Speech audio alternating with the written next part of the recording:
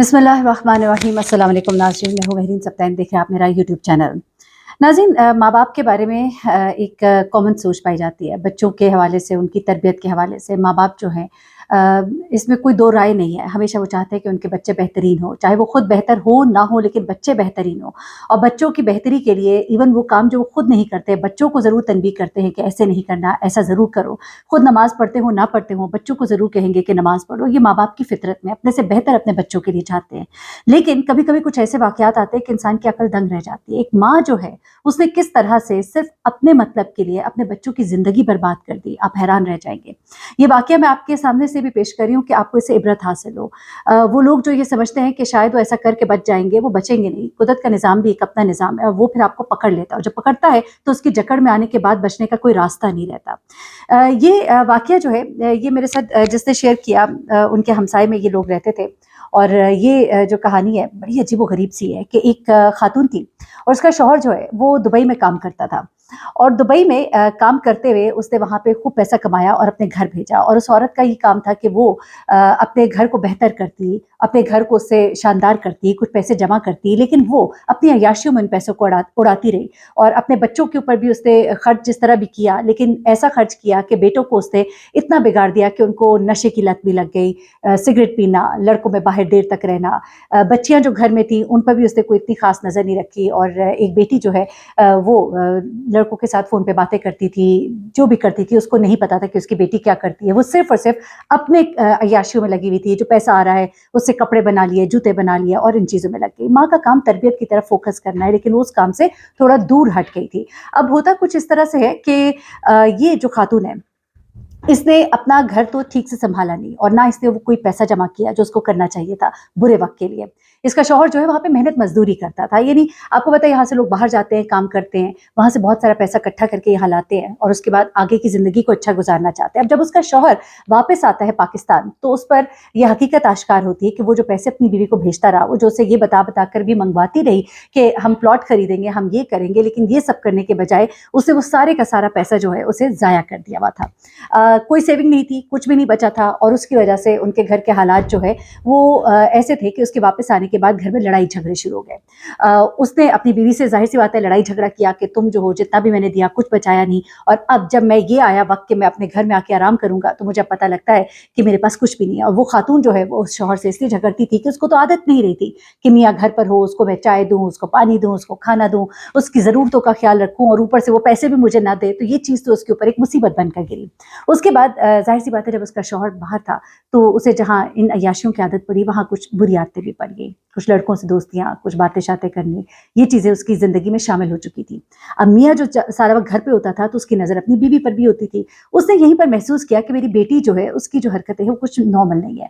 माँ तो सारा वक़्त दोस्तों में, मोहल्ले में आगे-पीछे आना-जाना लगाए रखती थी, लेकिन बाप जो घर में था उसने देखा कि बेटी हर वक़्त कमरे में बैठकर फ़ोन इस्तेमाल करती रहती है। उसने फिर उसकी माँ को, पहले उसको खुद टोका, लेकिन उसे मुनासिब नहीं लगा क्योंकि इतना उसका एक क्लोजनेस भी नहीं थी। उसने माँ को जब बताया, तो माँ ने बजाय इसके कि अपनी बेटी को कन्फ्रंट करती, उससे कुछ पूछती, उल्टा अपने शौहर से झगड़ना शुरू कर दिया कि तुम बेटी पे इल्ज़ाम लगा रहे हो। उसके बाद माँ की बेटी से बातचीत होती है। अब जब ये किस्सा सारा खुला है तो फिर पता लगता है कि इस खातून की जब अपनी बेटी से बात हुई और उसको पता लगा वो किससे बात करती है, तो इस खातून ने अपनी बेटी को अपने साथ जोड़ने के लिए, अपने बॉन्ड को मज़ीद मज़बूत करने के लिए उसको ज़्यादा कुछ कहा नहीं, बल्कि कहा कि ठीक है, मैं तुम्हारी यहाँ पे शादी करा दूँगी। जबकि लड़की छोटी सी थी, 14 साल की। क्या शादी करेगी और क्या नहीं। अच्छा, उसके बाद क्या होता है जनाब कि ये इस खातून का असल में अपने शौहर के साथ बहुत लड़ाई झगड़ा शुरू हो गया था। अब बेटा जो है, अपने सिगरेट और इस तरह के नशे छोटे-मोटे पूरे करने के लिए जब बाप के पास आता, पैसे माँगने से नहीं मिलते, बाप से डाँट पिटती, फिर वो माँ से लड़ता कि तुमने अपने बेटे को क्या बना दिया। तो यहाँ घर के अंदर इनके बहुत फसाद, झगड़ा और ये चीज़ें शुरू हो गई। अब यहाँ पर आकर क्या होता है कि ये औरत जो अपनी मियाँ से अब आ गई थी तंग। इसने अब उसके बाद एक बनाया प्लान, वो इतना खौफनाक प्लान कि आप सोच के हैरान होंगे कि एक औरत जो है उसने सिर्फ़ और सिर्फ़ कि इस बंदे से मेरी जान छूट जाए और मैं आज़ाद ज़िंदगी गुज़ार सकूँ, उसने अपने मियाँ की पहले एक इंश्योरेंस पॉलिसी कराई। इंश्योरेंस पॉलिसी कराने के बाद और काफ़ी तगड़ी इंश्योरेंस जो है वो कराई।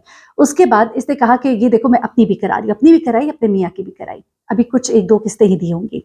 अच्छा, उसके बाद इसने अपने बेटे को अपने साथ मिलाया और उसको कहा कि तुम्हारा बाप जो है वो अब किसी काम का नहीं है, नाकारा है, घर में बैठा रहता है, तुम्हें गाली दे, हमें गाली दे, ये सब काम चल रहे हैं, तो फिर क्यों ना हम ऐसा करें कि इससे जान छुड़ा लें।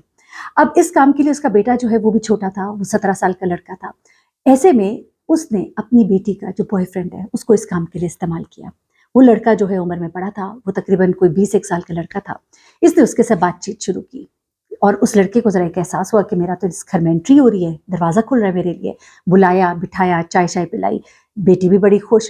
और उसके बाद जब वो अच्छी तरह से उसको अपने दाम में फँसा लिया, तो उसके बाद फिर उसके सामने ये मुद्दा रखा कि मैं तुम्हारी अपनी बेटी से रिश्ता तय कर दूँगी या जिस तरह भी या जो भी। उसके बाद उसने उसको अपना सारा प्लान बताया।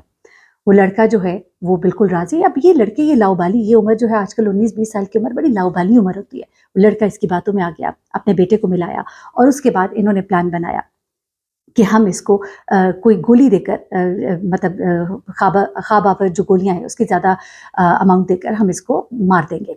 अच्छा, उसके बाद क्या हुआ कि जनाब इन्होंने उसको दिया तो सही, लेकिन जिस वक़्त ये सारे उस कमरे में दाखिल होते हैं उसको देखने के लिए और ये सोचा हुआ था कि इसके मुँह पर हम तकिया रख देंगे और इसको हम मार देंगे। लेकिन शायद उसने वो चाय जो है वो थोड़ी पी थी। चाय थोड़ी पीने की वज़ह से ये होश में आना शुरू हो गया था। उसके बाद इस खातून ने अपने बेटे को और उस लड़के को इस्तेमाल किया इस काम के लिए। बेटी को कहा बाहर बैठ जाओ, खुद अंदर गई और उसके बाद इसने, क्योंकि ये जब पकड़ी गई है इसने पुलिस के सामने ये सारा बयान दिया है और उन लड़कों ने भी ये चीज़ एडमिट की। होता क्या है कि अपना सगा बेटा बाप के गले पे बैठ के, उसके सीने पे बैठ के उसका गला दबाता है। दूसरा जो लड़का है जो इसकी बेटी का दोस्त होता है वो उसके पाँव पकड़ता है और ये खातून जो है ये फिर इनके साथ मिलकर इस काम में उनकी ताउन करती है और उसके बाद ये शख्स जो है इसको ये हाथ पाँव मारता है, बड़ी कोशिश करता है जो भी होता है और उसके बाद इसको मार देते हैं। उसके बाद इनको ठिकाने लगाने का जो होता है, आप सोच सकते हैं कि अपने ही बेटे के हाथों से उसको करीब ही घर के करीब तो नहीं लेकिन थोड़ा दूर एक नाला था, उसकी लाश उसमें फेंकवाती है। उसके बाद ये यहाँ पर लाश जो है वो वहाँ से कहीं रिट्रीव होती है। उसके बाद फिर पता लगता है कि ये फलाने घर की है और फिर आपको पता है कि जो पुलिस का तरीक़ाकार होता है वो पूरी एक आप कह लीजिए कि एक पूरी चेक होता है, सीडिया, कॉल डाटा रिकॉर्ड, फिर आपके सीसीटीवी कैमराज़ और उनके अंदर फाइनली ये लड़के कहीं आते हैं जहाँ पर नाले में फेंक रहे हैं। वहाँ से फिर इसे जब ट्रेस बैक करते हैं तो पता लगता है कि ये वाक़या घर के अंदर हुआ था। फिर वहाँ से इसको कंबल में लपेट के ले जाया गया था और इसको वहाँ पे फेंका गया था। अब इस खातून को जब पकड़ा गया तो उस वक़्त तो ये रो रही है और धाड़े मार-मार के रो रही है। बेटी को भी बर्बाद कर दिया, बेटे को कातिल बना दिया, दूसरे का बेटा जो है उसको भी कातिल बना दिया और एक अपनी खुशी के लिए, एक अपनी हवस के लिए इसने अपने बच्चों को इस्तेमाल किया, अपनी बेटी को एक गलत काम के लिए शह दी। ना सिर्फ ये बल्कि अपने बेटे को ही कातिल बना दिया। आज उसका बेटा सुलाखों के पीछे है, वो खुद सुलाखों के पीछे है। उसकी बेटी जो है वो ना घर की है ना घाट की है और जो उसका दोस्त है वो भी सुलाखों के पीछे है। ये होता है अंजाम हवस की मारी औरतों का।